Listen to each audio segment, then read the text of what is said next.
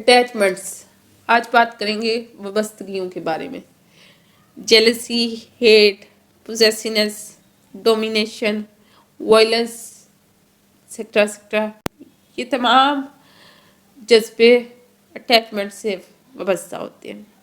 کبھی ہم نے سوچا ہے کہ تیزی سے اپنی تباہی کی طرف رواں اس دنیا میں ہر وقت بڑھتے ہوئے استحصال، غربت، ناانصافی، جنگ و جدل، تشدد، ظلم و ستم، ہر قسم کے بگاڑ کی اصل ریزن کیا ہے؟ اگر ان شارٹ میں یہ بات کروں تو اسے دین سے دوری کہا جائے گا۔ دین فطرت ہے، نیچر ہے، اس لیے ہم یہ کہیں تو ہرگز پہ جانا ہوگا کہ انسان فطرت سے دور ہٹتا چلا جا رہا ہے، اور فطرت سے دوری کا ایک ہی مطلب ہے، وہ ہے اپنے خالق سے دوری۔ وَلَا نَبْلُوَنَّكُمْ بِشَيْءٍ مِّنَ الْخَوْفِ وَالْجُوعِ وَنَقْصٍ مِّنَ الْأَمْوَالِ وَالْأَنفُسِ وَالثَّمَرَاتِ وَبَشِّرِ الصَّابِرِينَ، اور ہم تمہیں کچھ خوف اور بھوک اور مالوں اور جانوں اور پھلوں کے نقصان سے ضرور آزمائیں گے، اور صبر کرنے والوں کے لیے خوشخبری۔ سورہ بقرہ 155 میں یہ آیت ہے۔ کریٹر یعنی خالق ہمارا رب کہہ رہا ہے کہ وہ آزمائے گا، ضرور ٹیسٹ لے گا، تاکہ دیکھ لے کون اچھا ہے کون برا ہے۔ اس آزمائش کے لیے جو سسٹم کام کر رہا ہے اس کے اندر اتر کر دیکھا جائے تو ہمارے حیرت کی سٹی گم ہو جاتی ہے کہ ہمارے نفس ہر شے سے جذباتی طور پر اٹیچ ہونے کی جبلت بے پناہ پائی جاتی ہے۔ یہ ہر شے کا مالک بننا چاہتا ہے، اون کرنا چاہتا ہے، پوزیسنس چاہتا ہے۔ سچ تک پہنچنے کے لیے ہمیں اپنے نفوس کے پور کو دیکھنا پڑتا ہے، انکوائری کرنا ہوتی ہے۔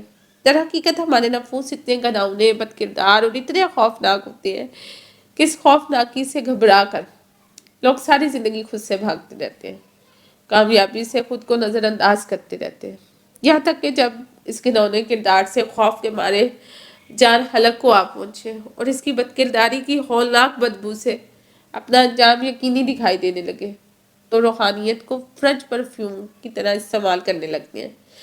لیکن افسوس، نفس کو پاک کرنے کی ہمت کبھی خود میں نہیں پاتے، ڈرتے رہتے ہیں، کتراتے ہیں، ٹالتے ہیں، اندیکھا کرتے ہیں۔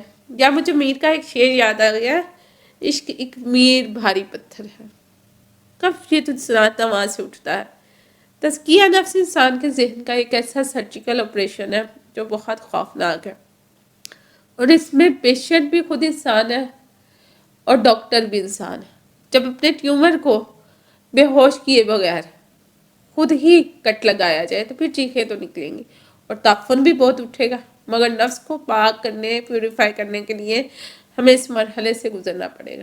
ہمیں ہر وہ شے جو ہمیں کسی بھی طور پر جڑی ہے ملکیت لگتی ہے، میرا نام، میرا جسم، میرے ماں باپ، میرے بہن بھائی، میرا گھر بار، میری بیوی، میرے بچے، میرا کاروبار، میرا پیسہ، میری زندگی، سب کچھ میرا ہے۔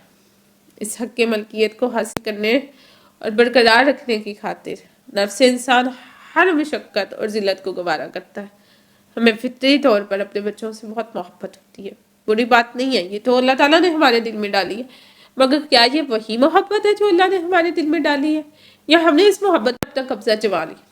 بچے ہمارے نہیں، اللہ کے ہیں، اس نے پیدا کی ہیں، ہمیں تو کچھ وقت کے لیے ان کی ذمہ داری سونپی گئی ہے، یہ تو امانت ہے۔ کیا ہم واقعی اسے ایک امانت سمجھتے ہیں؟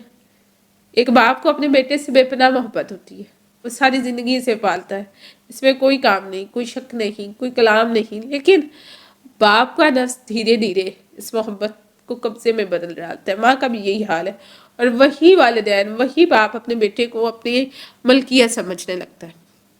اگر یہی والدین اپنے بچوں کو اپنی ملکیت سمجھتے ہیں، اور اگر یہی بیٹا اپنے باپ کو کسی دن اچانک تھپڑ مار دے تو آپ محبت کہاں گئی؟ یہاں پہ میرا مقصد کہنے کا ہرگز یہ نہیں ہے کہ باپ کو بیٹے کو تھپڑ مارنا چاہیے، کہ بیٹا اٹھ کے باپ کو تھپڑ مارا، نہیں، کیونکہ اسلام میں اور ویسے بھی معاشرے کے لحاظ سے بھی اللہ کی بات، اگر سب سے زیادہ انسان پر کسی کا حق ہے تو اس کے والدین کا ہے، اور اگر والدین کا انسان نافرمان ہے تو وہ جنت میں نہیں جا سکتا، الا یہ کہ والدین اسے اللہ کی نافرمانی پر اکساتے ہیں تو وہ ان کی بات کو ٹال سکتا ہے، اس کے علاوہ پھر بھی ان کے ساتھ تلخ لہجے میں یا ان کی نافرمانی کا حکم نہیں دیا گیا۔ اب آج یہ باپ کی محبت کی نہیں، نفس کی محبت کی بات ہو رہی ہے۔ ایک باپ کا نفس یہ کبھی برداشت نہیں کر سکتا کہ اس کا بیٹا اسے تھپڑ مارے، یا ماں کا نفس کبھی برداشت نہیں کر سکتا اس کی اولاد خواہ بیٹا یا خواہ بیٹی ہے اس کے ساتھ بدتمیزی کرے۔ اگر ایسا ہوا تو باپ بیٹے کا رشتہ ختم ہو جائے گا۔ یہاں مقصد یہ نہیں ہے کہ باپ وہ تھپڑ چپ چاپ کھا لے یا بیٹا اٹھ کر